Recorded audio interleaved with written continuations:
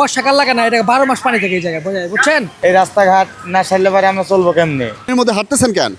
কি কন এত রাস্তা থিয়া এখন পানির মধ্যে হাঁটা লাগে, কারণ রাস্তা আমাকে 4 হাত নিচে, এই হলো কথা, আর কিছু না। এখানে কি সবসময় পানি জমে থাকে? এগার বর্ষা শীত সব সময় অল টাইম।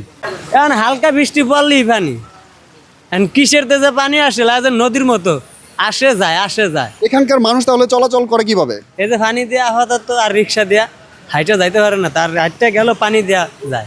এখানে পুরো ফ্যাক্টরি পানি আপনার রাস্তা ছেড়ে দিতেছে, এটা তো আমরা কোনো ইয়ে না।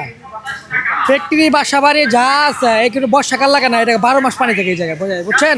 সচেতন নাগরিক হিসাবে না, আমাদের বাড়ি নরসিংদী আপনারা যান, দেখেন আমাদের এলাকার রাস্তাঘাট কত সুন্দর, দেখার মতো রাস্তা ভাই। এটা কোনো রাস্তা বলে না, আমরা ফেরিঘাট বলি। বেশ কিছুদিন আগে সামনে একটা দুর্ঘটনা ঘটেছিল, একটা লেগুন অ্যাক্সিডেন্ট হয়েছিল এবং সেখানে 2 জন মানুষ মারা গিয়েছিল। আসলে এই ব্যাপারটা কিভাবে, ঘটনাটা কি জানেন আপনি? এটা তো আমরা বাচ্চা তো একটা পাই নাই, এটা আমরা এখানে যে গর্ত ছিল, এই গর্ত যেটা বাচ্চাদের হারা যায়, বাচ্চার পাই নাই। লাস্ট থেকে 3টা নাকি 4 জন, 11 জন লোক ছিল। এইভাবে পানি থাকে, গ্যাপ থাকে, এটা তো আর গ্যাপ বোঝা যায় না।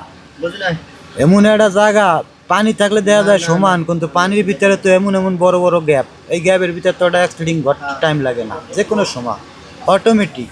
কি হয় এখানে মূলত? খালি গাড়ি নষ্ট হয়, আপনার হলো না এই স্প্যান্ডেল ভাঙে, তারপরে ডিভেন্সেলে ভাঙে। এই রাস্তাঘাট না সারলে পারে আমরা চলবো কেমনে?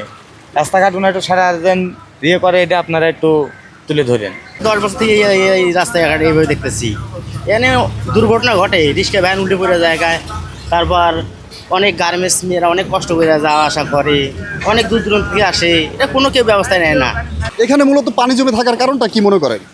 এটা সব ড্রেনের ময়লা পানি, ড্রেনের ময়লা পানি মনে করেন রাস্তায় ছেড়ে দেয় সব, এলাকার রাস্তার কোনো ব্যবস্থা করে না। আমরা যারা ব্যবসা করতেছি এখানে, তারা ভাই খুব খারাপ অবস্থা আছে। আমাদের এখানে কোনো কাস্টমার আসে না, হ্যাঁ, এবং কি ইভেন দূরে থেকে যে আমাদের মানে বহিরাগত যে কাস্টমারগুলো ছিল একটু দূরে, যেমন সাভার, উত্তরা, তারপর আবদুল্লাপুর, আশুলিয়া, এরা এদিকে ঢুকে না।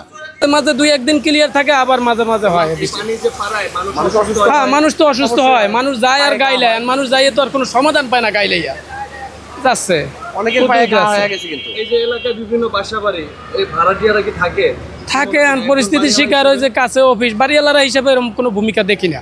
তো জামগড়াবাসী অনেক কষ্টে আছি আমরা, ঠিক আছে? এগুলি এখন আমাদের দেখার কেউ নাই, আমাদের দেখার মতো মোটামুটি কেউ নাই। এখন এটা আমাদের সমস্যার সমাধানটা যত দ্রুত হোক, আমরা এটা চাই তাড়াতাড়ি সমাধান হোক।